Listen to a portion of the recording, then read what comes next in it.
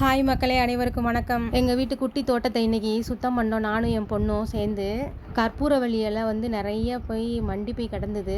அதெல்லாம் கொஞ்சம் பறித்து எடுத்துட்டு, பிரண்டை நிறைய படர்ந்து வந்துருந்துச்சு. அதையும் நல்லா கட் பண்ணி எடுத்துக்கிட்டோம். கற்பூரவள்ளி தோசையும் பிரண்டை தொக்கும் நான் அடுத்த வீடியோவில் போடுறேன். தோட்டத்தை க்ளீன் பண்ணி சுத்தம் பண்ணி அதை அழகு பார்க்குறது ரொம்ப மனசுக்கு சந்தோஷமாக நிறைவாக இருக்குது. எவ்வளோ நேரம் வேலை பார்த்தாலும் பார்த்துக்கிட்டே இருக்கலாம் போல். எங்கள் வீட்டில் பிரண்டை, வெத்தலை கொடி, துளசி, கற்பூரவள்ளி இது மாதிரி மருந்து ஐட்டம்லாம் நிறைய இருக்குது. மற்றபடி பூவு இது மாதிரியெல்லாம் நான் எங்கள் வீட்டில் ஒன்றும் வைக்கலை.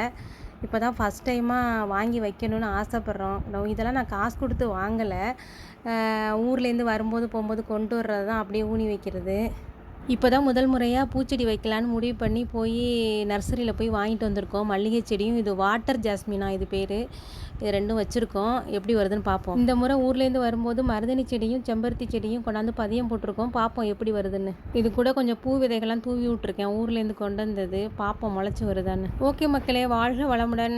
லைக் பண்ணுங்கள், ஷேர் பண்ணுங்கள், சப்ஸ்கிரைப் பண்ணுங்கள்.